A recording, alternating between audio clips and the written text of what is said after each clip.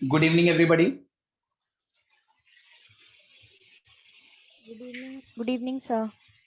Good evening. चलिए मैं आज का सेशन स्टार्ट करने से पहले एक बार आपको लास्ट क्लास वाला पोर्शन रिवाइज करवा रहा हूँ in case you have any doubt तो लेट मी नो। देखिए लास्ट क्लास में we started the new chapter chemical bonding and molecular structure and if you remember I told you कि this is the most important chapter not only from the academic point of view but even from the competitive point of view.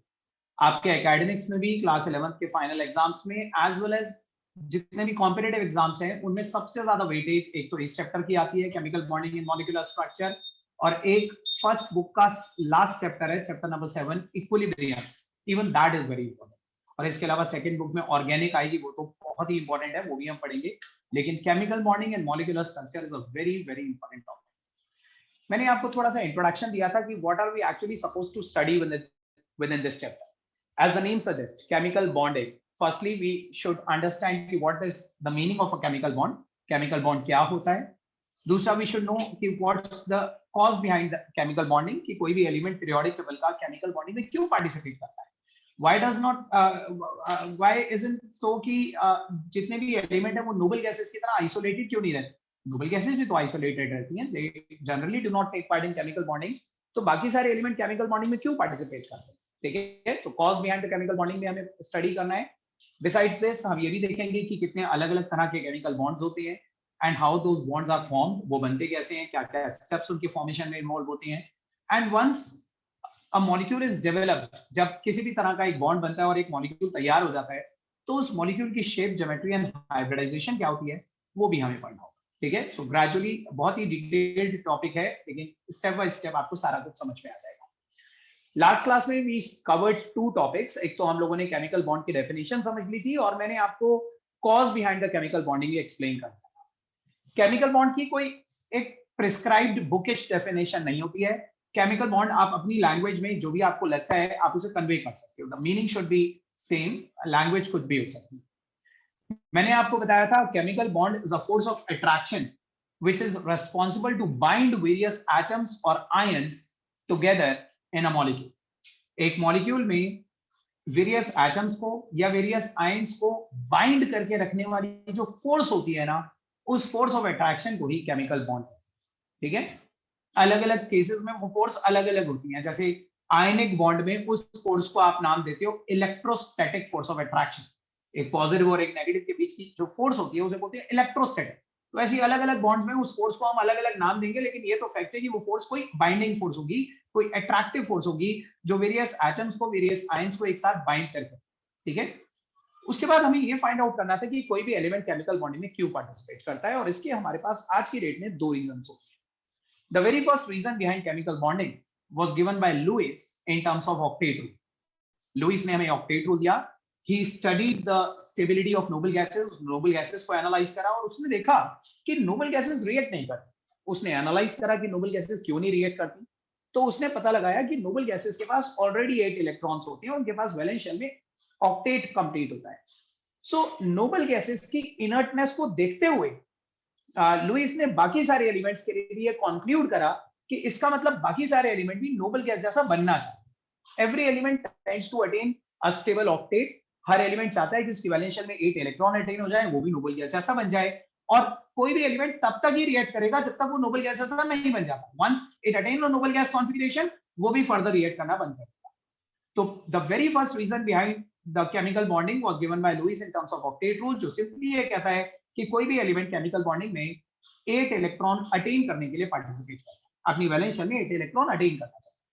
ठीक है, initially we accepted this octet rule, हमने accept करा, हमने कुछ elements पे apply कर देखा, उस पे अप्लाई भी हो रहा था। शुरू में हमें इसके कुछ एक्सेप्शंस भी कुछ खास नजर नहीं आए तो हमने इसे प्रॉपर्ली एक्सेप्ट करा। But with the passage of time, जैसे जैसे नए नए एलिमेंट्स की डिस्कवरी हुई, अर्थ क्रस्ट में से नए नए कंपाउंड्स बनाए गए, तो ग्रेजुअली हमें ये देखने को मिला कि ऑक्टेट रूल गलत तो नहीं है, वी आर नॉट सेइंग कि इट इज रॉन्ग, ठीक है, इट इज इनकरेक्ट, लेकिन ऑक्टेट रूल यूनिवर्सल भी नहीं। यूनिवर्सल इन द सेंस कि हर एलिमेंट के लिए आप ये नहीं कह सकते कि वो ऑक्टेट पूरा करने के लिए ही रिएक्ट कर रहा है। देयर वर मेनी एलिमेंट्स जिन्हें ऑक्टेट से कोई मतलब ही नहीं था, वो ऑक्टेट पूरा हो या ना हो फिर भी वो बॉन्डिंग में पार्टिसिपेट कर रहे हैं। ठीक है, So gradually with the passage of time we found many exceptions to the octet rule. हमें बहुत सारे ऐसे एलिमेंट मिले जो 8 से कम इलेक्ट्रॉन अटेन करते थे, फिर भी वो स्टेबिलिटी के साथ बॉन्डिंग में पार्टिसिपेट करते थे। बहुत सारे ऐसे भी एलिमेंट मिले जो 8 से आगे भी निकल जाते थे, फिर भी वो बॉन्डिंग में पार्टिसिपेट करते थे। तो हमें एक पर्टिकुलर टाइम पे रियलाइज होने लगा कि octet rule is not the only reason behind chemical bonding, there might be some other reason also, ठीक है। और वो दूसरा रीजन in terms of modern concept of chemical bonding हमने स्टेबिलिटी के टर्म्स में बताया कि कोई भी एलिमेंट अपने आप को स्टेबल ही तो बनाना चाहता है ना। Everything in this universe tends to attain more and more stability. तो कोई भी एलिमेंट केमिकल बॉन्डिंग में इसीलिए पार्टिसिपेट कर रहा होगा क्योंकि वो अपने आप को स्टेबलाइज करना चाहता है, अपनी एनर्जी को डिक्रीज करना चाहता है। तो हमने दूसरा रीजन एनर्जी के टर्म्स में बताया, the tendency to attain a lower energy state, the tendency to minimise its energy is the reason behind chemical bonding.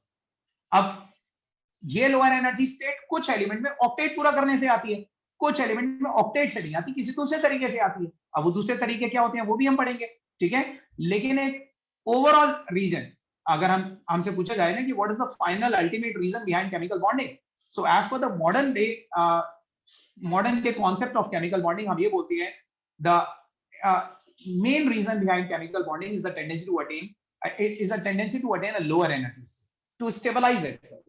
कोई भी एलिमेंट केमिकल बॉन्डिंग में इसलिए पार्टिसिपेट करता है क्योंकि अपनी एनर्जी को जितना ज्यादा डिक्रीज कर सकता है उतना ज्यादा डिक्रीज करना चाहता है, क्योंकि जितनी कम एनर्जी उतनी ज्यादा स्टेबल, ठीक है।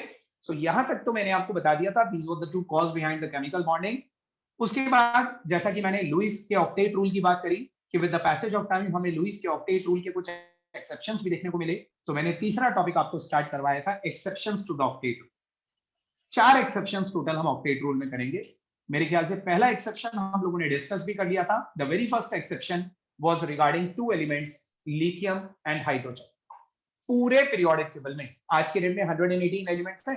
Out of all those 118 element there are just 2 elements, hydrogen and lithium, जो ऑक्टेट नहीं पूरा करते, वो अपना ड्यूप्लेट पूरा करते। हाइड्रोजन और लिथियम दो ऐसे एलिमेंट हैं जिनकी वैलेंस शेल में एक इलेक्ट्रॉन होता है। हाइड्रोजन के पास भी एक इलेक्ट्रॉन होता है, आपको पता है एटॉमिक नंबर 1 होता है, इसकी कॉन्फ़िगरेशन होती है 1s1। और लिथियम का एटॉमिक नंबर 3 होता है, लिथियम की कॉन्फ़िगरेशन होती है 1s2 2s1। तो आप देख सकते हैं इसके पास भी वैलेंस शेल में एक इलेक्ट्रॉन है, इसके पास भी वैलेंस शेल में एक इलेक्ट्रॉन है, और ये दोनों ही अपना ऑक्टेट, देखो हाइड्रोजन तो अपना ऑक्टेट पूरा कर भी नहीं सकता क्योंकि हाइड्रोजन की वैलेंस शेल है 1 और 1 में 8 इलेक्ट्रॉन नहीं आते, फर्स्ट शेल में तो आ ही 2 इलेक्ट्रॉन, ठीक है। लिथियम के पास वैलेंस शेल सेकंड है, सेकंड शेल में 8 इलेक्ट्रॉन आ सकते हैं, लेकिन 8 इलेक्ट्रॉन अटेन करना इज नॉट एनर्जेटिकली फेवरेबल। आप बताइए इसके पास 1 इलेक्ट्रॉन है, अगर इसे 8 तक जाना है तो इसे 7 और गेन करनी पड़ेंगे। 7 इलेक्ट्रॉन गेन करना इज नेवर एनर्जेटिकली फेवरेबल। अगर आपको याद हो, अब तो आपने इलेक्ट्रॉन की एंथैल्पी भी पढ़ ली, आपको पता होगा कि पहला इलेक्ट्रॉन गेन करते वक्त तो एनर्जी रिलीज होती है, लेकिन सक्सेसिव इलेक्ट्रॉन गेन करते वक्त तो एनर्जी देनी पड़ जाती है। तो अगर हम इसे 7 इलेक्ट्रॉन देने लगेंगे तो हमें तो बहुत सारा एनर्जी देनी पड़ जाएगी इसे, और एनर्जी देने से तो ये अनस्टेबल बन जाएगा ना, हमें तो इसे स्टेबल बनाना है, लोअर एनर्जी पे ले जाना है, हायर एनर्जी पे थोड़ी ना ले जाना है। तो लिथियम कभी भी 7 इलेक्ट्रॉन गेन नहीं करेगा, उसके लिए बेटर है कि ये वाला एक इलेक्ट्रॉन भी लूज कर दे और 1s2 अटेन कर दे, जो हीलियम की नोबल गैस कॉन्फ़िगरेशन है, ठीक है। तो लिथियम एक इलेक्ट्रॉन लूज करके आयनिक बॉन्ड बनाएगा, 1s2 वाली हीलियम की कॉन्फ़िगरेशन अटेन करेगा, ड्यूप्लेट पूरा करेगा। हाइड्रोजन भी एक इलेक्ट्रॉन के साथ एक इलेक्ट्रॉन शेयर करके अपना ड्यूप्लेट पूरा करेगा। तो पहला एक्सेप्शन तो ये याद रखिएगा, all the compounds of hydrogen and lithium. ऐसा नहीं है कि हाइड्रोजन लिथियम के कुछ कंपाउंड्स, मैं हाइड्रोजन लिथियम के हर कंपाउंड की बात कर रहा हूं। Every compound of hydrogen as well as lithium is an exception to the octet rule. ये दो ऐसे एलिमेंट हैं जिन्हें ऑक्टेट से कोई मतलब नहीं है, इन्हें ड्यूप्लेट से मतलब। ये हीलियम जैसी कॉन्फ़िगरेशन अटेन करना चाहते हैं, नोबल गैस कॉन्फ़िगरेशन तो ये भी अटेन कर रहे हैं, लेकिन ऑक्टेट वाली नहीं, ड्यूप्लेट। तो बताइए पहला एक्सेप्शन समझ में आ गया था आपको? कोई डाउट तो नहीं है? यहां तक हमने डिस्कस करा था। आई होप यहां तक आप में से किसी को भी कोई डाउट नहीं है। Now let's move on to the second exception which is very important, लेकिन उसके बारे में मैंने आपको दूसरे चैप्टर्स में पहले भी बताया हुआ है, तो वो भी आपको आराम से समझ में आ जाएगा। देखिए जैसा मैंने आपको बताया, पूरे पीरियोडिक टेबल में से 2 एलिमेंट ऐसे हैं जो अपना ड्यूप्लेट पूरा करते हैं। वैसे ही पीरियोडिक टेबल में से 2 एलिमेंट ऐसे हैं जो ना ड्यूप्लेट पूरा करती हैं ना ऑक्टेट पूरा करती हैं, वो ड्यूप्लेट और ऑक्टेट के बीच में कहीं रह जाते हैं। 2 से तो ज्यादा कर लेते हैं, लेकिन 8 से कम रह जाते हैं उनके पास इलेक्ट्रॉन, लेकिन फिर भी वो बॉन्डिंग में पार्टिसिपेट करते हैं और स्टेबल भी होते हैं। तभी तो एक्सेप्शन है कि ऑक्टेट नहीं पूरा करा फिर भी स्टेबल है। ठीक है। अगर भाई ऑक्टेट नहीं पूरा हो रहा था और अनस्टेबल होते तो फिर तो कोई एक्सेप्शन ही नहीं था, ये तो हम बोल ही रहे थे कि ऑक्टेट पूरा करने से स्टेबिलिटी आती है। लेकिन एक्सेप्शन ये है कि ऑक्टेट नहीं पूरा करा फिर भी स्टेबल। अब वो दो एलिमेंट होते हैं बेरिलियम एंड बोरॉन। अभी कुछ भी लिखिएगा मत, सिर्फ सुनिए ध्यान से। देखिए बेरिलियम का एटॉमिक नंबर होता है 4 और बोरॉन का एटॉमिक नंबर होता है 5। बेरिलियम की कॉन्फ़िगरेशन होती है 1s2 2s2। बोरॉन की कॉन्फ़िगरेशन होती है 1s2 2s2 2p1। देखिए इसके पास वैलेंस शेल में 2 इलेक्ट्रॉन है। Nearest noble gas configuration attain करने के 2 तरीके इसके पास हैं। या तो ये 6 इलेक्ट्रॉन और गेन कर ले तो 8 हो जाएंगे, 2 इसके पास हैं, 6 और गेन कर ले तो 8 हो जाएंगे। या फिर ये दोनों भी लूज कर दे तो पिछली वाली noble gas configuration helium attain हो जाएगी, ठीक है। लेकिन ये इन दोनों में से कुछ भी नहीं कर पाता, ना ये 6 गेन कर पाता है ना तो लूज कर पाता है। क्यों? क्योंकि 6 गेन करना तो एनर्जेटिकली पॉसिबल ही नहीं। एक इलेक्ट्रॉन तो बड़े आराम से गेन हो जाता है, उसके बाद सक्सेसिव इलेक्ट्रॉन गेन करते वक्त एनर्जी देनी पड़ जाती है। 6 आपने कभी नहीं देखा होगा किसी एलिमेंट पे 6 नेगेटिव। आपने 1 नेगेटिव देखा होगा, 2 नेगेटिव देखा होगा, 3 नेगेटिव भी देखा होगा, Fe3 N3 नेगेटिव होता है। लेकिन कभी आपने 4 नेगेटिव 5 नेगेटिव 6 नेगेटिव ऐसे नहीं देखा होगा। तो 6 इलेक्ट्रॉन गेन करना तो एनर्जेटिकली फेवरेबल है। हमने सोचा तो 2 लूज कर दे, 2 लूज करके ये भी लिथियम की तरह 1s2 हीलियम की कॉन्फ़िगरेशन अटेन कर ले। लेकिन अनफॉर्चुनेटली ये 2 लूज भी नहीं कर पाता। क्यों? क्योंकि beryllium is too small in size, बहुत छोटा है साइज। आपको पता है जब एलिमेंट बहुत छोटा होता है, लिथियम के भी आगे आता है ना बेरिलियम पीरियोडिक टेबल में, ठीक है, तो आगे जाने पे साइज छोटा होता है। अब साइज छोटा होने से क्या होता है, न्यूक्लियस के बहुत पास आ जाती है वैलेंस, और न्यूक्लियस के अगर बहुत पास होती है वैलेंस शेल तो न्यूक्लियस ने वैलेंस इलेक्ट्रॉन को बहुत टाइटली होल्ड करा होता है। And because of the tightly held valence electrons, उन टाइटली हेल्ड वैलेंस इलेक्ट्रॉन्स की वजह से आयोनाइजेशन एंथैल्पी बहुत हाई हो जाती है। आपको पता है ना आयोनाइजेशन एंथैल्पी, इलेक्ट्रॉन निकालने की एनर्जी। जब न्यूक्लियस ने इसके छोटे साइज की वजह से इसके वैलेंस इलेक्ट्रॉन को बहुत टाइटली होल्ड कर लिया तो इसके लिए फिर इलेक्ट्रॉन निकालना भी मुश्किल हो गया।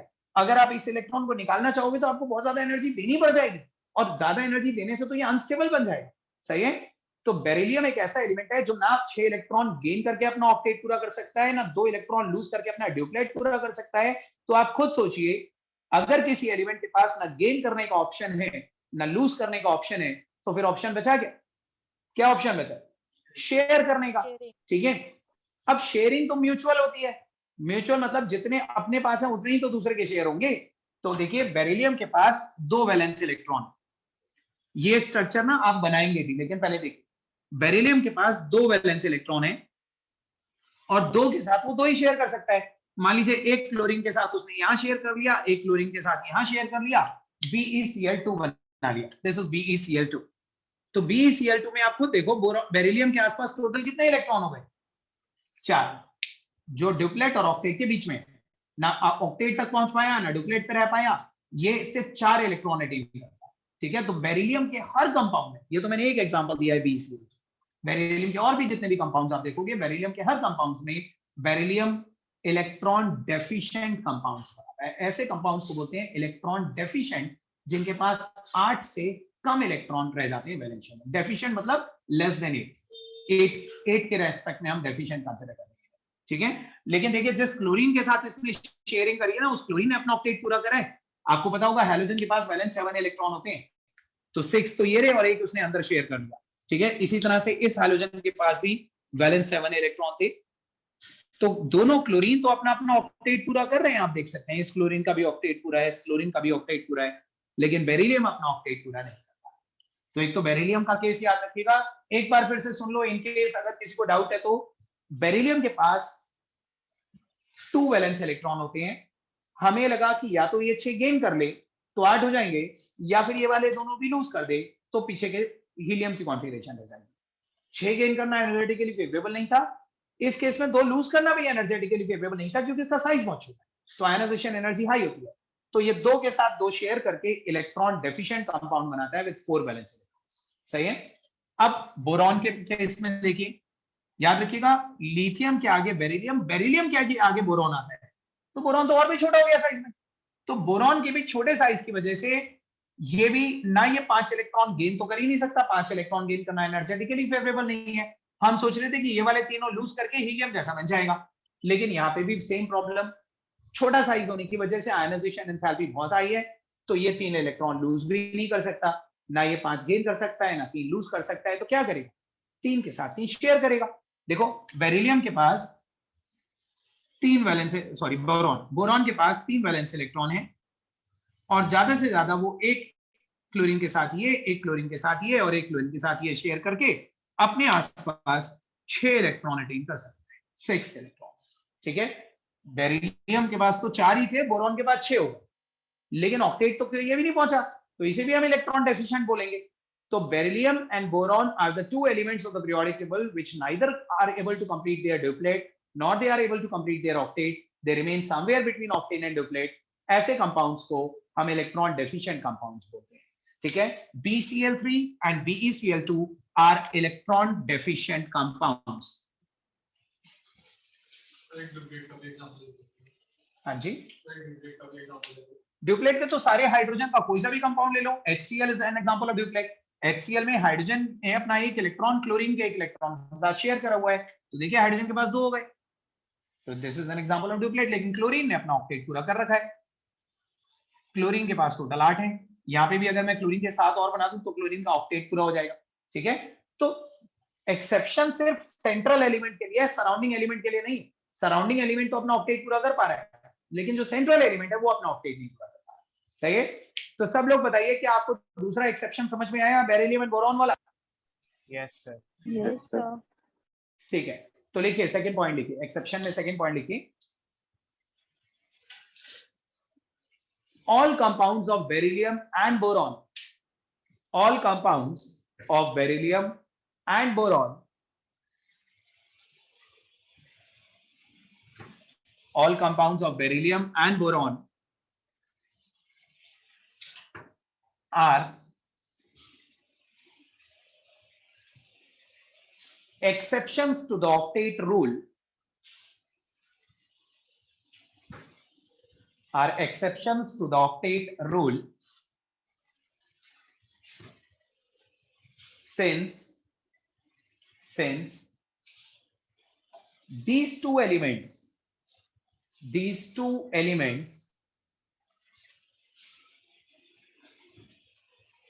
always form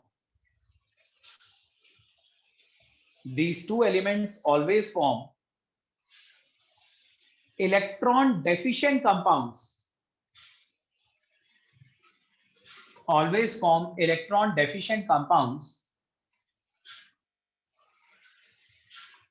with less than 8 electrons in their valence shell,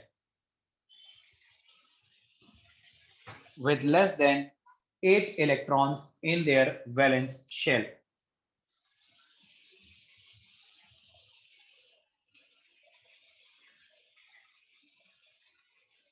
Such compounds are also known as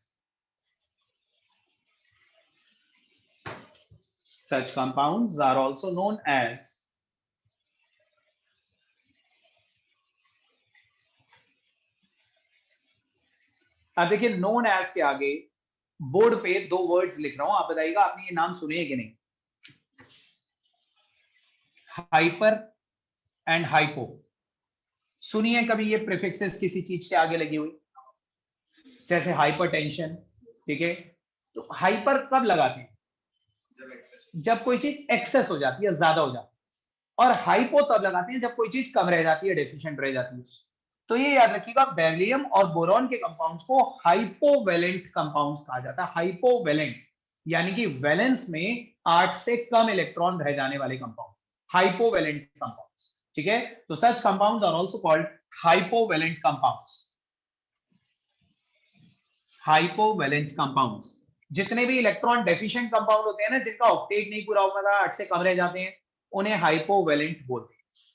तो ये 2 स्ट्रक्चर्स भी ड्रॉ कर लीजिए, Lewis dot structure, BeCl2 and BeCl3 2 examples हैं हाइपोवेलेंट कंपाउंड्स के।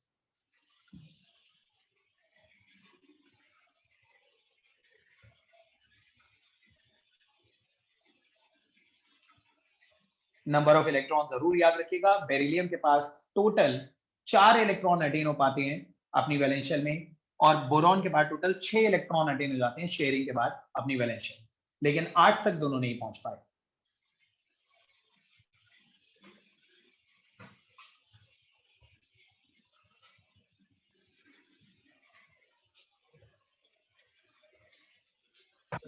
यस,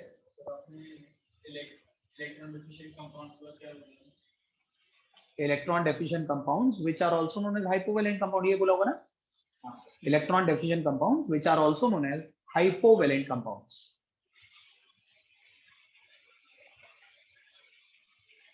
नोट कर लिया आप लोगों ने? Yes, sir. Yes, sir. सो पक्का ना, मैं एक बार दोबारा पूछ रहा हूँ, सेकंड एक्सेप्शन भी आपको समझ में आ गया ना? Yes, sir. Okay, now let's move on to the third exception, octet rule का तीसरा एक्सेप्शन। देखिए, जहां एक तरफ हमारे पास पीरियोडिक टेबल में कुछ ऐसे एलिमेंट होते हैं जो ऑक्टेट तक पहुंच ही नहीं पाए, जिनके पास 8 से कम इलेक्ट्रॉन रह गए, वहीं दूसरी तरफ हमारे पास कुछ ऐसे भी एलिमेंट होते हैं जो 8 पे पहुंचने के बाद भी फर्दर रिएक्ट करते रहे और बियॉन्ड ऑक्टेट चले, 8 से ज्यादा इलेक्ट्रॉन उन्होंने अपनी वैलेंस शेल में अटेन कर। बहुत सारे एलिमेंट्स हैं, जैसे सल्फर, फास्फोरस, आयोडीन, ये तो मैंने कुछ एग्जांपल्स दे रखे हैं। The elements like phosphorus, sulphur, iodine etcetera, they has the ability to expand their octet.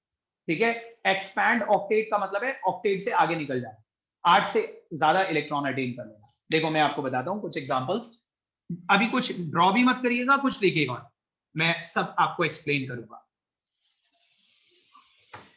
देखिए, सबसे पहले फास्फोरस का केस कंसीडर करते हैं। फास्फोरस का एटॉमिक नंबर होता है 15, और अगर आप इसकी कॉन्फ़िगरेशन लिखेंगे तो 1s2 2s2 2p 6 3s2 3p3। बताइए फास्फोरस के पास कितने वैलेंस इलेक्ट्रॉन्स हैं? Okay, let me ask somebody. Akshita Agarwal, बताइए फास्फोरस के पास कितने वैलेंस इलेक्ट्रॉन्स हैं? 5 वैलेंस इलेक्ट्रॉन। देखिए, जब मैं वैलेंस इलेक्ट्रॉन की बात करता हूं तो आप सिर्फ 3p3 नहीं देखोगे, 3 का s भी तो देखोगे। वैलेंस शेल यहाँ पे 3 है, अब 3 का s भी गिनना है, p भी गिनना है, और d होता तो d भी गिनते। 3 में जितने भी आते वो सब गिनते, तो 3 के s में 2 और p में 3, टोटल 5 वैलेंस इलेक्ट्रॉन है। तो देखिए फास्फोरस के पास 5 valence electrons, and phosphorus has this ability to share all these 5 electrons with 5 different chlorine। अगर फास्फोरस ये वाला इलेक्ट्रॉन एक क्लोरीन के साथ, ये दूसरे क्लोरीन के साथ, ये तीसरे क्लोरीन के साथ, ये फोर्थ क्लोरीन के साथ और ये फिफ्थ क्लोरीन के साथ शेयर कर ले, तो एक कंपाउंड बन जाता है PCl5, फास्फोरस पेंटाक्लोराइड इसे बोलते हैं। ठीक है, इसमें आप देखिए फास्फोरस ने तो अपने आसपास 10 इलेक्ट्रॉन अटेन कर लिए, 8 से ज्यादा निकल गया, 5 अपने थे, 5 क्लोरीन के भी शेयर कर लिए, बियॉन्ड ऑक्टेट चला गया। क्लोरीन यहाँ पे अपना ऑक्टेट पूरा कर रहा है, हर क्लोरीन का अपना अपना ऑक्टेट पूरा है। ठीक है, इसी तरह से सल्फर का केस देखो, सल्फर तो और भी आगे निकल जाएगा। सल्फर क्या केस होता है? सल्फर का एटॉमिक नंबर 16 होता है, इसके लास्ट में आता है 3s2 3p4। इसके पास 6 वैलेंस इलेक्ट्रॉन्स हैं। ठीक है, 6 वैलेंस इलेक्ट्रॉन से 1 2 3 4 5 6, and sulphur has the ability कि वो अपने 6 के 6 इलेक्ट्रॉन शेयर कर सकता है। ठीक है, मान लीजिए उसने एक इलेक्ट्रॉन फ्लोरीन के साथ, एक यहाँ पे फ्लोरीन के साथ, एक ये फ्लोरीन के साथ, 6 अलग अलग फ्लोरीन एटम्स के साथ उसने 6 इलेक्ट्रॉन शेयर कर लिए, तो एक कंपाउंड बन जाएगा SF6 सल्फर हेक्साफ्लोराइड। इसमें टोटल इसके पास कितने इलेक्ट्रॉन हो गए? 12 इलेक्ट्रॉन, 6 अपने 6 फ्लोरीन, 12 इलेक्ट्रॉन हो गए। ठीक है, इसी तरह से आयोडीन, आयोडीन तो और भी आगे निकल सकता है। आयोडीन की वैलेंस शेल में कॉन्फ़िगरेशन होती है 5s2 5p5। बताओ आयोडीन के पास कितने वैलेंस इलेक्ट्रॉन है? 7, s में 2 और p में 5, टोटल 7 वैलेंस इलेक्ट्रॉन है। अब there is a compound called IF7, IF7 iodine heptafluoride. इसमें आयोडीन अपने 7 इलेक्ट्रॉन 7 अलग अलग फ्लोरीन के साथ शेयर कर सकता है। दीज आर द 7 इलेक्ट्रॉन्स, और वो सातों के सातों अलग अलग फ्लोरीन के साथ शेयर कर ले अगर, तो आप काउंट करो कि इसकी वैलेंस शेल में कितने इलेक्ट्रॉन हो जाएंगे।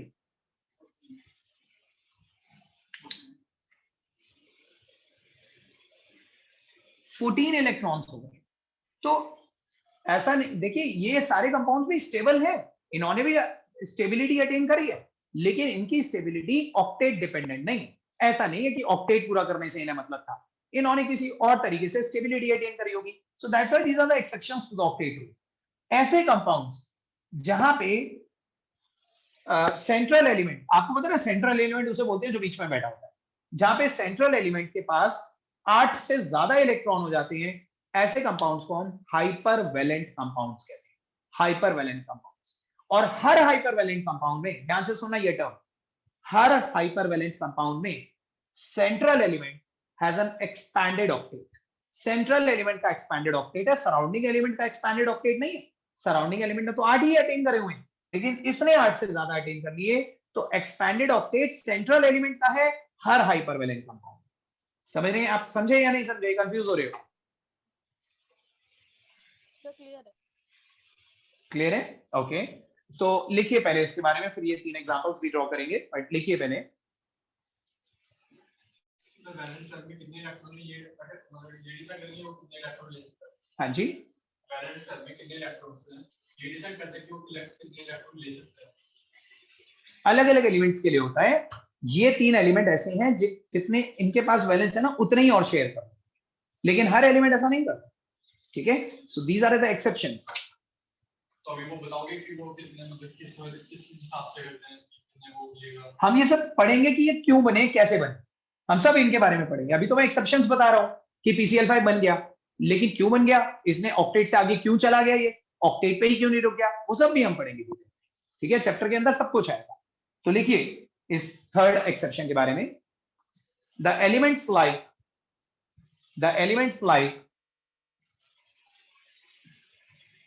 phosphorus, sulfur and iodine. The elements like phosphorus, sulfur and iodine, phosphorus, sulfur and iodine can even attain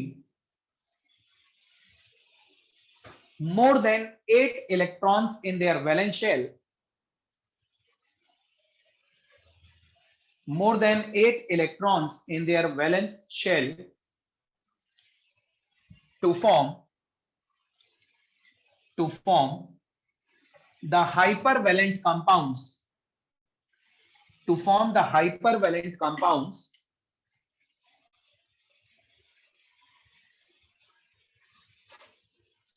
like hypervalent compounds like SF6, PCl5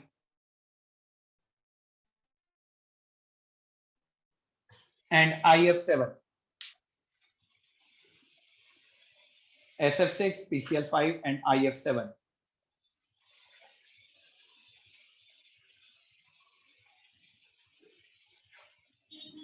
और ये तीनों ड्रॉ करने हैं आपने, Lewis dot representations.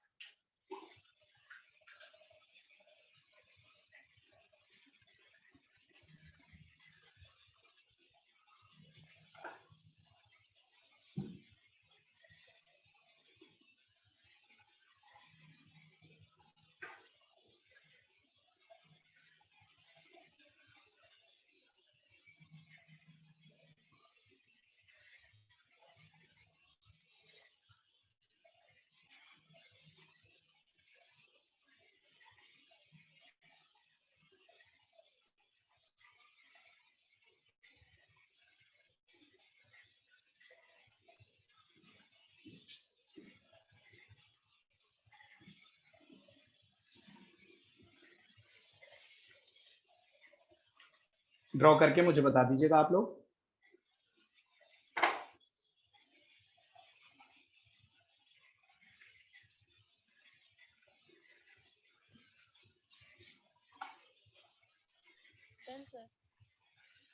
Okay,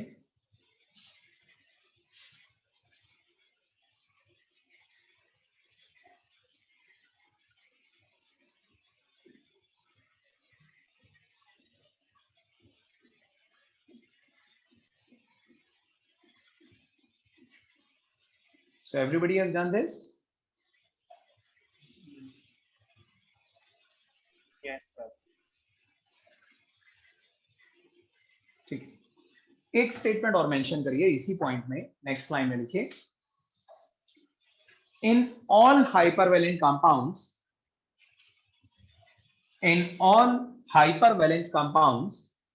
in all hypervalent compounds, the central element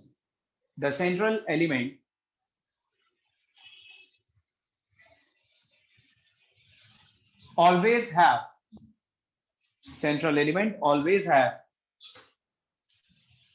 an expanded octet,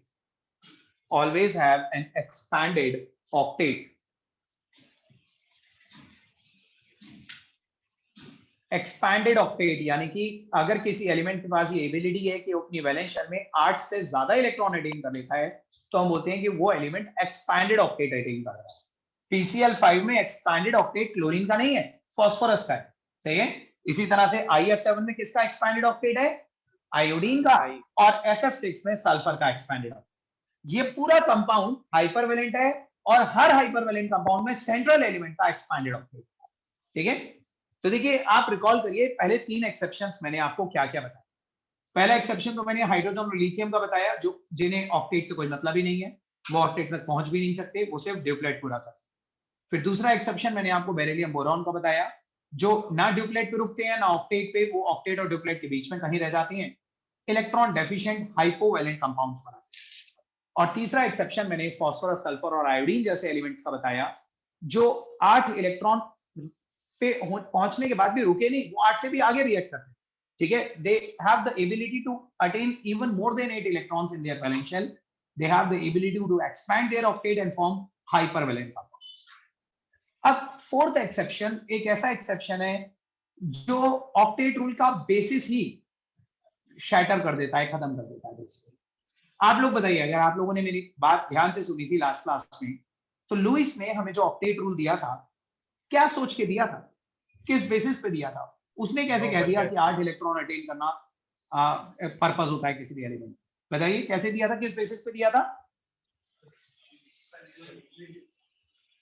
पहले जो students online है, can anybody tell me कि लुईस ने ऐसे कैसे कह दिया कि 8 इलेक्ट्रॉन अटेन करने होते हैं किसी भी इलेक्ट्रॉन को? किस कोई तो बेसिस रहा होगा ना उसकी रिसर्च का, तो किस बेसिस पे कहा था? मैंने बताई थी आपको ये बात, आज भी बताई थी रिवाइज करते वक्त। यस अखिला?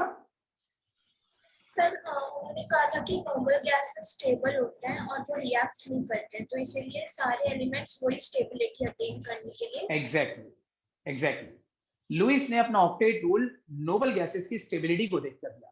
उसने सारे एलिमेंट्स को स्टडी करा और उसने देखा कि सिर्फ नोबल गैसेस जिनके पास वैलेंस शेल में ऑलरेडी 8 इलेक्ट्रॉन है और वो रिएक्ट नहीं कर रहे, तो नोबल गैसेस की स्टेबिलिटी को देखते हुए ही उसने बाकी सारे एलिमेंट के बारे में भी ये कंक्लूड करा कि शायद बाकी सारे एलिमेंट भी नोबल गैस ऐसा बनना चाह रहे।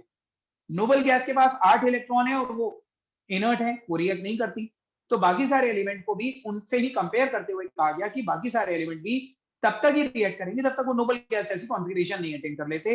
एक बार वो भी नोबल गैस की तरह वैलेंस शेल में 8 इलेक्ट्रॉन अटेन कर लेंगे तो वो भी फर्दर रिएक्ट करना बंद कर देंगे। तो लुईस का जो ऑक्टेट रूल था वो नोबल गैसेस की इनर्ट नेचर पे बेस्ड था, ठीक है।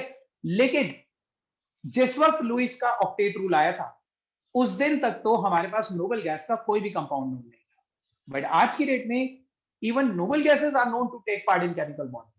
सारी नहीं लेकिन कुछ नोबल गैसेस लाइक ज़ेनॉन के हमारे पास आज की डेट में बहुत सारे कंपाउंड है, ठीक है। तो जिस दिन हमने नोबल गैसेस के भी कंपाउंड बना लिए पहली बार, उस दिन तो आप ये मानकर चलिए कि ऑक्टेट रूल का बेसिस ही खत्म हो गया। ऑक्टेट रूल का बेसिस तो नोबल गैसेस की इनर्ट नेचर पे था ना, लेकिन नोबल गैसेस भी कंप्लीटली इनर्ट का है। नोबल गैसेस में भी कुछ ऐसी गैसेस हैं लाइक ज़ेनॉन जिनके पास ऑक्टेट पूरा होता है फिर भी वो रिएक्ट करके कंपाउंड बनाती है। तो ये भी अपने आप में एक एक्सेप्शन माना गया कि नोबल गैसेस भी रिएक्ट कर रही हैं आज के डेट में। तो हमारे पास कुछ ऐसी कंडीशंस हैं, कुछ ऐसे ऑक्सीडाइजिंग एजेंट्स हैं जिनकी प्रेजेंस में हम नोबल गैसेस में से भी इलेक्ट्रॉन निकाल सकते हैं, ठीक है। तो लिखिए fourth exception,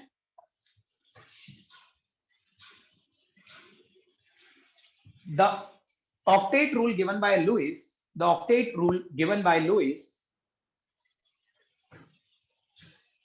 the octet rule given by Lewis was based upon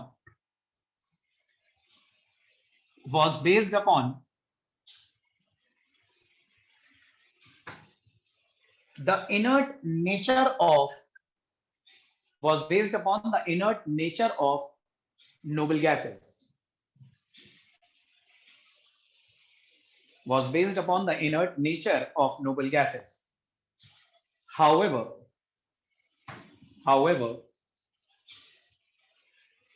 this basis of octet rule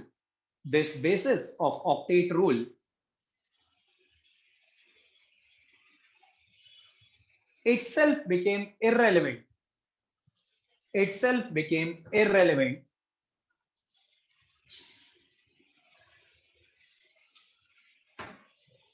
when we first discovered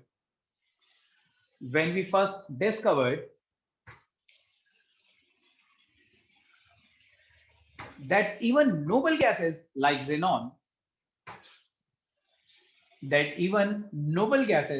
xenon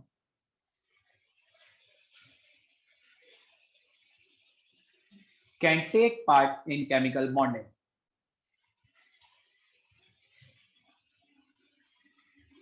Noble gases like xenon can take part in chemical bonding in spite of their complete octet. Can take part in chemical bonding in spite of their complete octet.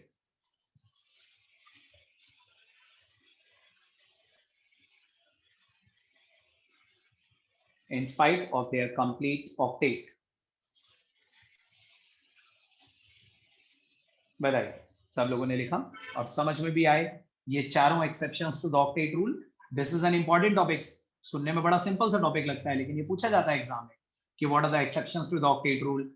हाइपरवेलेंट compounds के कुछ examples बताइए, या हाइपोवेलेंट के कुछ examples बताइए, या expanded octet का मतलब क्या होता है. ये सब छोटे छोटे 1 मार्क 2 मार्क क्वेश्चन एग्जाम में पूछे जाते हैं.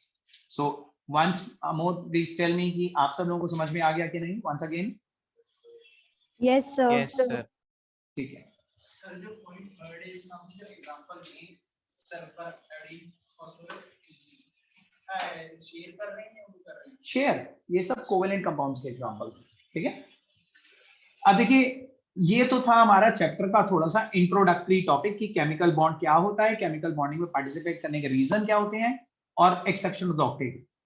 अब हम एक एक करके इसमें different type of bonds study करें. सबसे पहला बॉन्ड जो हम इस चैप्टर में पढ़ने जा रहे हैं वो हम आयनिक बॉन्ड पढ़ने जा रहे हैं. आयनिक बॉन्ड क्या होता है, आयनिक बॉन्ड कैसे बनता है, वो सबसे इंपॉर्टेंट है. A very detailed process. आप लोगों ने कभी पढ़ा ही नहीं होगा लोअर क्लास में कि आयनिक बॉन्ड बनता कैसे, या अगर आप लोगों को लगता है ना कि आपने पढ़ा है तो वो कुछ भी नहीं है, वो तो एक समराइजेशन सी पढ़ी होगी आप. ठीक है. आज आपको डिटेल में पढ़ाया जाएगा, मतलब अब आपको क्लास 11 में डिटेल में पढ़ाया जाएगा कि आयनिक बॉन्ड बनता कैसे. सबसे पहले हम आयनिक बॉन्ड पढ़ेंगे. मैं आपको बता दूं, आयनिक bond is a very short topic, छोटा सा टॉपिक है, ज्यादा से ज्यादा 2 क्लासेस का टॉपिक है. 10% of this chapter is about ionic bond, लेकिन 80% of this chapter is about covalent. Covalent bond बहुत इंपॉर्टेंट टॉपिक है. कोवेलेंट बॉन्ड बहुत ही वास्ट है, बहुत कुछ हम पढ़ेंगे उसके, लेकिन पहले आयनिक बॉन्ड पढ़ते हैं. क्या आप में से किसी को मालूम है कि आयनिक बॉन्ड का एक और नाम होता है? What's the another name of ionic? Ionic bond is also known as electrovalent bond. Electrovalent bond सुना नहीं है आपने कभी? ठीक है. सो हेडिंग डालिए आयनिक बॉन्ड या इलेक्ट्रोवेलेंट बॉन्ड.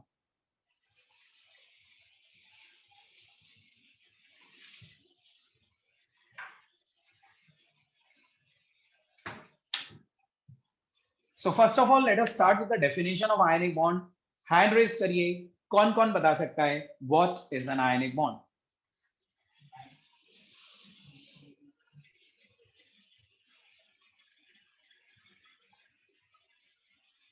एक भी हैंड रेज नहीं हुआ. Am I audible to you? सब लोग बताइए. What is an ionic bond?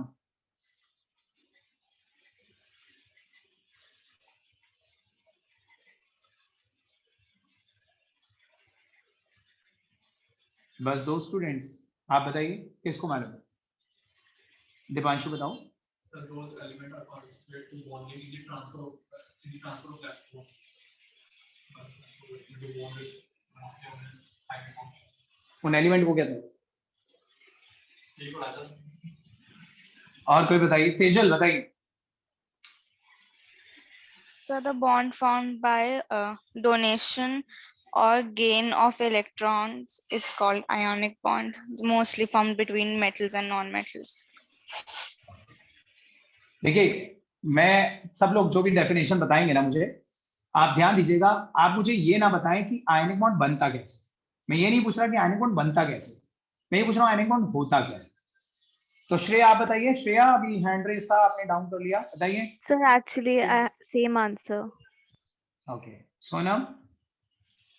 Sir वो transfer of one electron to another होता है। तो ये तो आप ये बता रहे हो ना कि वो बनता कैसे है, मैं तो ये पूछ रहा हूँ कि वो होता क्या है। अगर आप सब लोग ये बोलना चाह रहे हैं कि ionic bond is formed by the complete transfer of electron from a metal to a non metal, तो ये आप मुझे ये कहां बता रहे हैं कि होता क्या है, ये तो आप मुझे ये बता रहे हो कि बनता कैसे है, कि मेटल अपना एक इलेक्ट्रॉन निकाल के नॉन मेटल को दे देता है। मैं ये नहीं पूछ रहा कि कौन क्या करता है, मैं ये पूछ रहा हूँ कि what is the definition of an ionic, how can you define ionic bond. ये तो आप मुझे बता रहे हो कि इन दो चीजों के बीच में बनता है, होता क्या है। देखिए ionic bond is an electrostatic force of attraction between cation and anion. भाई बॉन्ड हमने एक जनरल डेफिनेशन क्या बताई थी, bond chemical bond is a force of attraction. तो अब यहां पे बताओ ना कौन सी force. An ionic bond is an electrostatic force of attraction between the oppositely charged ions and it is always formed, फिर सेकंड पार्ट में बोला and it is always formed by the complete transfer of electron from a metal to a non-metal. A metal after losing an electron becomes a cation, a non-metal after gaining an electron becomes an ion, and those oppositely charged ions are held together by the electrostatic forces. तो अगर कोई आपसे पूछना है ना होता क्या है, तो आप बोलो एक इलेक्ट्रोस्टैटिक फोर्स होती है अपोजिट आयंस के बीच में। समझ रहे हैं आप इस चीज को, पहले लिखिए डेफिनेशन फिर बताइएगा समझ में आई के। लिखिए an ionic bond is an electrostatic force of attraction, is an electrostatic force of attraction. Ionic bond is an electrostatic force of attraction between the oppositely charged ions.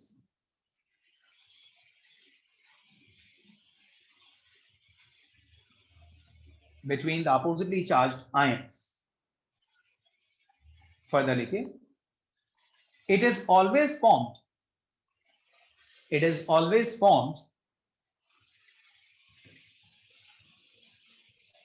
by the complete transfer of electron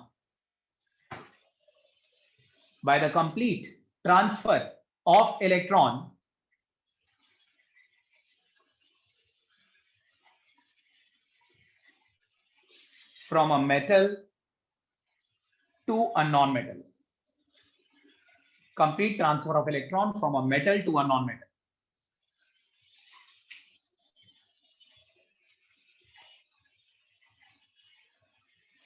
So let me know, बताइए definition आपको समझ में आ रही है कि नहीं, जो कुछ भी यहाँ पे लिखा है सब समझ में आ रहा है कि नहीं। Yes sir.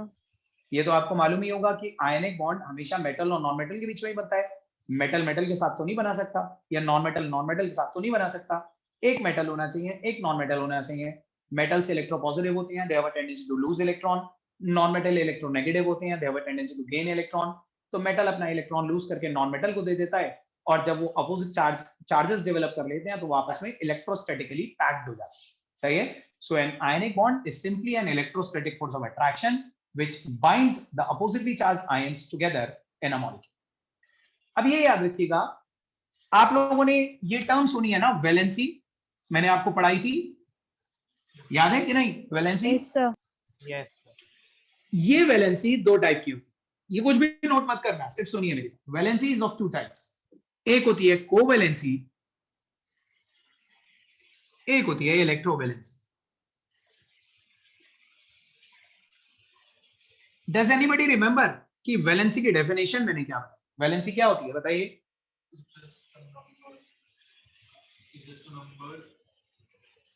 बोलिए, तो बना लो,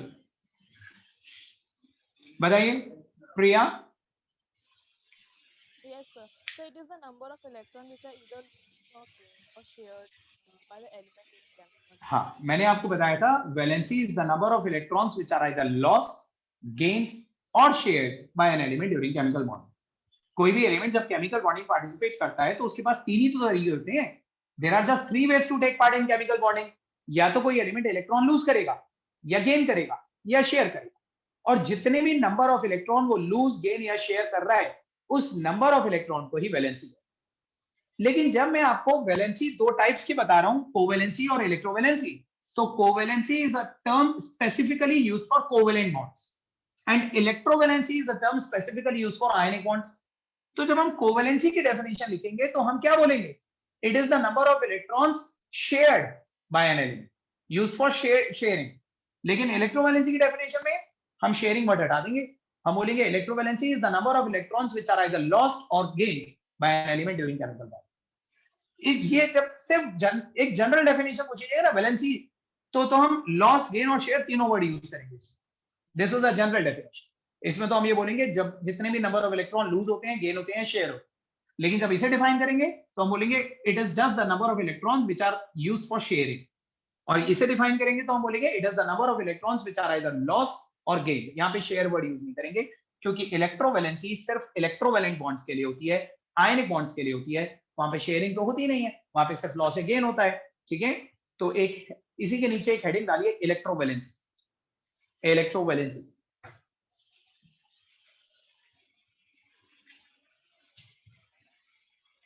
it is the number of electrons, it is the number of electrons which are either lost or gained by an element, which are either lost or gained by an element, lost or gained by an element during ionic bond formation, lost or gained by an element during ionic bond formation.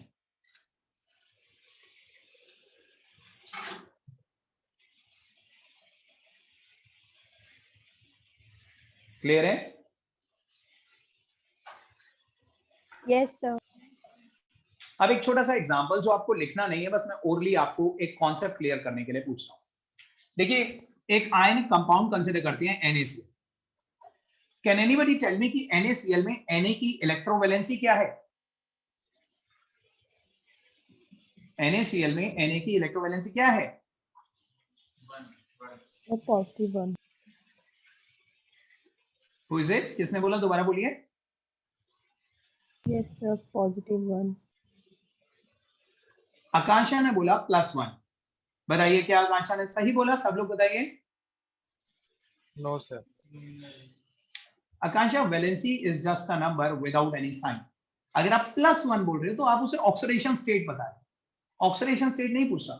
Valency मैंने definition क्या बताई? Electrovalency की definition क्या बताई? It is the number of electrons which are either lost और gain by an element during chemical bonding. तो मैं पूछ रहा हूं Na ने कितने इलेक्ट्रॉन लूज करे? तो ये मत बोलो +1 लूज करे, बोलो 1 लूज करा. समझ रहे हैं? तो दोबारा बताइए, NaCl में Na की इलेक्ट्रोवैलेंसी क्या है? 1. Cl की इलेक्ट्रोवैलेंसी क्या है? 1. वो भी 1. जितने ये लूज करेगा उतने ही तो वो गेन करेगा ना. अब आप मुझे बताइए, तो क्या इसका मतलब ये हुआ, will it be correct to conclude कि किसी भी आयनिक कंपाउंड में जो इलेक्ट्रोवैलेंसी कैटायन की होगी उतनी ही इलेक्ट्रोवैलेंसी एनायन की होगी? क्या ये बोलना सही है? सब लोग बताइए. Yes sir. बिल्कुल सही नहीं है, ये बिल्कुल गलत है. देखिए, ये तो NaCl की बात है ना, जहां 1:1 का रेशियो है. अगर मान लीजिए मैं MgCl2 की बात करूं, तो बताइए अकेले Mg ने कितने इलेक्ट्रॉन लूज करे? आपको पता है Mg पे +2 होता है. 2. अकेले Mg ने कितने इलेक्ट्रॉन लूज करे? 2. कहां हो सब लोग? रिप्लाई क्यों नहीं कर रहे? चुप क्यों हो जाते हैं? अकेले Mg ने कितने इलेक्ट्रॉन लूज करे? Mg सब ग्रुप 2 एलिमेंट, ग्रुप 2 के एलिमेंट 2 इलेक्ट्रॉन लूज करते थे, तब जाके previous Nobel gas configuration attain होती थी. पढ़ चुके हैं ना हम. तो बताइए अकेले Mg ने कितने इलेक्ट्रॉन लूज करे? 2. तो Mg की इलेक्ट्रोवैलेंसी क्या हुई? 2. लेकिन उसके जो 2 इलेक्ट्रॉन निकले उसमें से एक क्लोरीन ने गेन करा, दूसरा दूसरे क्लोरीन ने गेन करा. तो हर एक इंडिविजुअल क्लोरीन की इलेक्ट्रोवैलेंसी क्या हुई? 2 हुई कि 1 हुई? 1. तो ये जरूरी तो नहीं है ना कि जो इलेक्ट्रोवैलेंसी कैटायन की हो वही एनायन की भी हो. सही है?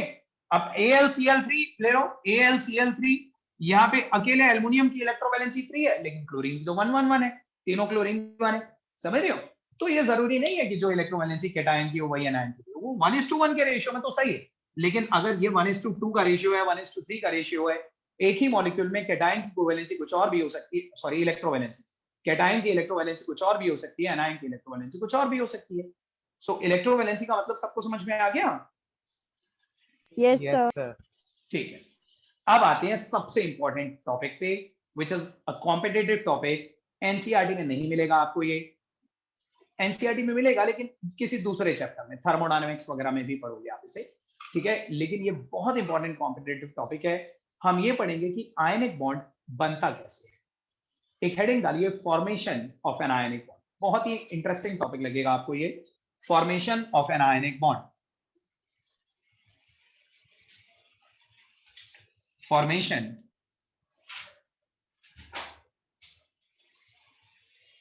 Of ionic bond.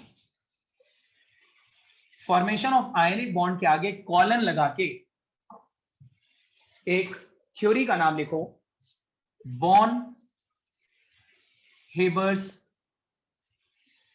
Cycle. Born Haber's cycle. Tell me, क्या आप में से किसी ने भी बॉन हेबर्स साइकिल ये नाम पहले सुना है? No, Anybody? sir. No, sir. किसी ने, जिनके स्कूल में ये चैप्टर हो गया उन्होंने, किसी ने? नहीं नहीं, चलिए देखिए, Born Haber cycle is a detailed step by step process जिससे आपको ये बताया जाएगा कि आयनिक बॉन्ड बनता कैसे। इससे पहले कि मैं बॉन हेबर साइकिल बताऊं, मैं आप लोगों से पूछता हूं, आपके माइंड में क्या इमेज है कि आयनिक बॉन्ड बनता कैसे? मान लीजिए हमें ये पता लगाना है NaCl कैसे बना, आप बताओ नेचर में Na कैसे एग्जिस्ट करता है? Na सॉलिड है ना। क्लोरीन कैसे एग्जिस्ट करता है? Cl2 गैस, ठीक है। नेचुरली ये दो एलिमेंट एग्जिस्ट करते हैं। आप बताइए, अगर मैं आपके हाथ में Na सॉलिड दे दूं, Cl2 गैस दे दूं और मैं आपसे कहता हूं कि बनाइए NaCl, क्या करोगे आप? बताओ, जो भी, वॉट एवर यू फील, जो भी आपको लगता है। जरूरी नहीं है कि आपने पहले पढ़ रखा हो, नहीं भी पढ़ रखा तो आप ऐसी सोच के बताओ कि क्या करा जाता होगा। हैंड रेस करो, कौन बताएगा? पहले पहले जो ऑनलाइन है उनसे पूछता हूं। Starting from the naturally occurring metal and a non-metal, how will we reach to that particular ionic compound? क्या क्या लगता है आपको कि हमें ये करना पड़ेगा तो NaCl बन जाएगा? ट्राई करो, एटलीस्ट हैंड रेस करिए।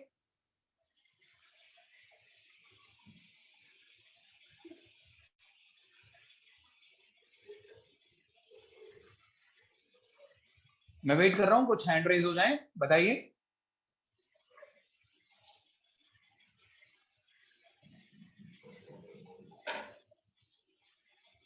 अलीशा, अमेश,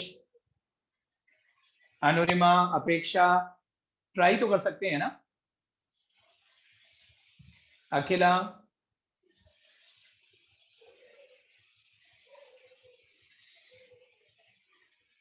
चलिए आप में से कोई बताएगा? Cl2 को लिक्विड फॉर्म में करके उसमें अगर सोडियम डालोगे तो NaCl आदित्य, वार्ष ने, आप क्या बता रहे हैं, बताइए। सर पहले Na को गैसियस स्टेट में लाएंगे। अच्छा, फिर? सर फिर पता नहीं। फिर नहीं बता। अच्छा, देखिए, आप में से काफी लोगों को अब तक क्या लगता था जब तक मैंने ये टॉपिक स्टार्ट नहीं करा था?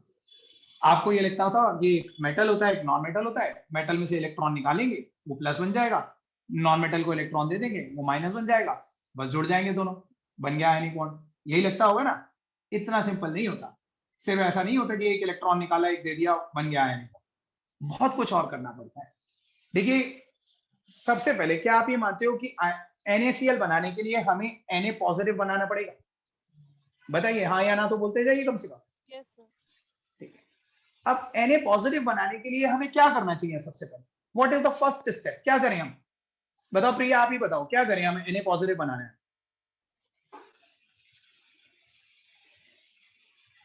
यस प्रिया? So इससे इलेक्ट्रॉन लूज करना होगा, आई गेस आयोनाइजेशन। प्रिया, आपकी वॉइस, आपका ऑडियो बहुत स्लो आ रहा है, बहुत फीबल आ रहा है आपका। अगर कहीं आपने वॉल्यूम कम कर रखी है तो उसे तेज करिए।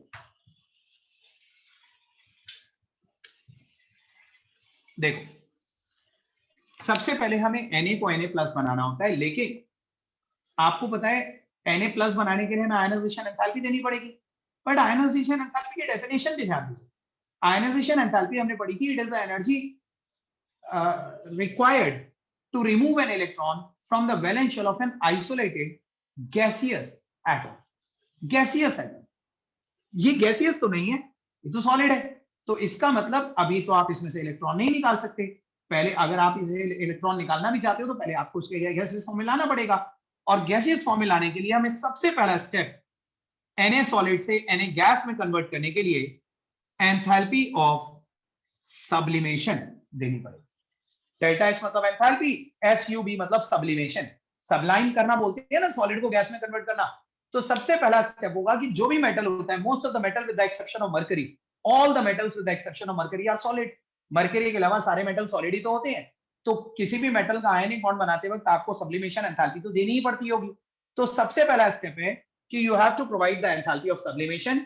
आपको जो भी मेटल इन्वॉल्व है उसे गैसियस फॉर्म, सॉलिड फॉर्म से गैसियस फॉर्म में लाना पड़ेगा।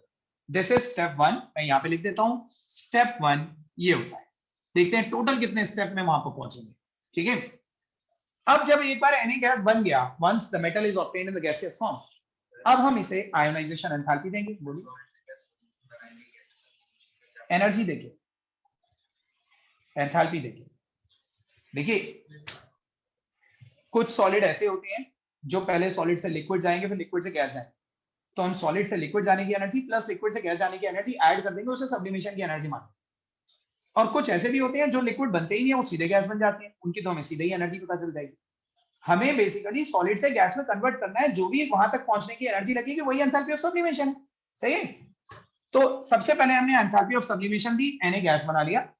अब जब ये Na गैस बन गया, अब हम इसको डेल्टा HI आयोनाइजेशन एंथैल्पी देंगे, तो ये Na+ में कन्वर्ट हो जाए, प्लस एक इलेक्ट्रॉन निकलेगा। ये हो गया स्टेप 2। ठीक है, तो पहले तो जो भी मेटल था वो अगर गैसियस फॉर्म में नहीं था तो आपने पहले उसे गैसियस फॉर्म में कन्वर्ट करा। एक बार जब गैसियस फॉर्म में आया तो आयनाइजेशन एंथैल्पी दी, एक इलेक्ट्रॉन इजेक्ट आउट हो गया। ठीक है, अब हम चाहते हैं कि ये इलेक्ट्रॉन क्लोरीन गेन कर ले, लेकिन अगेन इलेक्ट्रॉन गेन एंथैल्पी की भी डेफिनेशन में हमने क्या पढ़ा था? It is the energy release when an electron is added to the valence shell of an isolated gaseous atom. ये गैसियस तो है लेकिन ये आइसोलेटेड नहीं। आइसोलेटेड मतलब अकेला Cl नहीं है, Cl के साथ जुड़ा हुआ। तो हमें 2 Cl नहीं चाहिए, हमें 1 Cl चाहिए। तो हमें यहां पे सबसे पहले एंथैल्पी ऑफ डिसोसिएशन देनी पड़ेगी। एंथैल्पी ऑफ डिसोसिएशन मतलब Cl का बॉन्ड डिसोसिएट करने की एनर्जी। मैं इन सब एनर्जीज की इंडिविजुअल डेफिनेशन भी लिखवाऊंगा अभी। सो सबसे पहले हमें एंथैल्पी ऑफ डिसोसिएशन देनी पड़ेगी। एक बार जब हमने एंथैल्पी ऑफ डिसोसिएशन देंगे तो ये Cl गैसियस फॉर्म में आ जाएगा। अभी तो ये मॉलिक्यूलर फॉर्म में, अभी एटॉमिक फॉर्म में आ जाएगा। अब जब ये एटॉमिक फॉर्म में आ गया, अब हम इसे इलेक्ट्रॉन, वो वाला इलेक्ट्रॉन इसके अंदर ऐड करेंगे। अब जब वो वाला इलेक्ट्रॉन इसके अंदर ऐड करेंगे तो इसमें से रिलीज होगी delta HEG, electron gain enthalpy. देखिए, ये मैंने नेगेटिव दिखाई, नेगेटिव मतलब ये रिलीज होगी। ये पॉजिटिव थी, हमने दी, ये भी हमने दी, ये भी हमने दी, लेकिन ये हमने नहीं दी, ये तो उसने दी हमें। समझ रहे हैं? इलेक्ट्रॉन, पहला इलेक्ट्रॉन ऐड करते वक्त तो एनर्जी रिलीज होती थी, अब ये बन गया Cl नेगेटिव। अब फाइनली हम इस Cl Na पॉजिटिव और Cl नेगेटिव को पास लाए और इन्हें हमने ज्वाइन कर दिया। तो इस स्टेप में रिलीज हुई lattice enthalpy. Le is lattice enthalpy. सुना है कभी ये नाम, लैटिस एंथैल्पी? देखो, पॉजिटिव और नेगेटिव को पास लाओगे तो सिस्टम स्टेबल बनेगा या अनस्टेबल बनेगा? Everybody stable. स्टेबल चीज लोअर एनर्जी पे जाती है या higher energy? Sir lower. Lower है। तो ये अकेले अकेले अनस्टेबल हैं, यानी कि हायर एनर्जी पे हैं। जब हम इन्हें पास लाएंगे तो स्टेबल बन जाएंगे, लोअर एनर्जी पे चले जाएंगे। तो जब कोई चीज हायर एनर्जी से लोअर एनर्जी पे जाती है तो एनर्जी रिलीज होती है ना, तो इसका मतलब एनर्जी रिलीज होगी और उस रिलीज्ड एनर्जी को बोलेंगे लेटिस एंथैल्पी। इसकी भी डेफिनेशन मैं लिखवाऊंगा, सुन लीजिए लेकिन orally. Lattice enthalpy is the energy release when 1 mole of an ionic compound is formed by the close packing of oppositely charged ions. ठीक है, lattice enthalpy is the energy release when 1 mole of an ionic compound is formed by the close packing of oppositely charged ions. सही है। तो पूरे process में कितने steps involve हुए? Step 1, step 2, step 3, step 4 and step 5 finally ये वाला, तब जाके आपको आयनिक कंपाउंड मिल पाएगा। ठीक है, सो ये पूरा एक step by step sequence, this whole flow chart is called Born Haber cycle. Born और हेबर दो अलग अलग साइंटिस्ट के नाम थे जिन्होंने हमें एक step by step detailed sequence बताया कि starting from the individual element in the isolated form, how can we reach to the ionic compound. किसी भी आयनिक कंपाउंड के फॉर्मेशन में 5 मेन स्टेप्स इन्वॉल्व होते हैं। सब कुछ मैं थ्योरेटिकली लिखवाऊंगा, लेकिन पहले बॉर्न-हेबर साइकिल के अंदर ये एग्जांपल नोट कर लीजिए।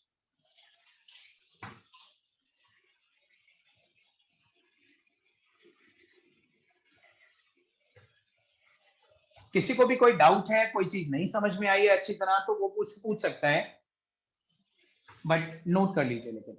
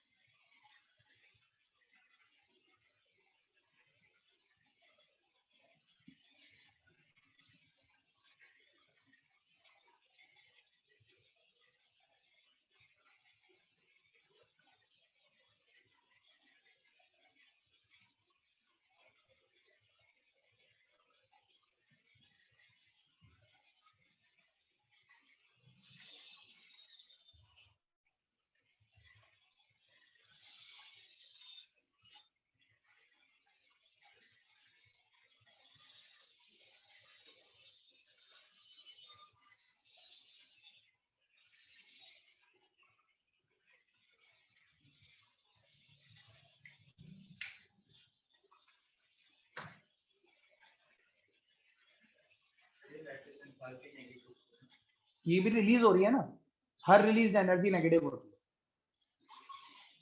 क्योंकि मैंने अभी आपको बताया ना पॉजिटिव और नेगेटिव जब जुड़ते हैं तो सिस्टम स्टेबल बनता है। स्टेबल मतलब लोअर एनर्जी पे जाता है।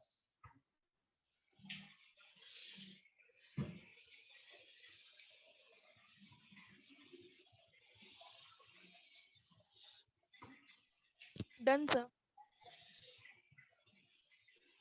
Okay, everybody has noted this?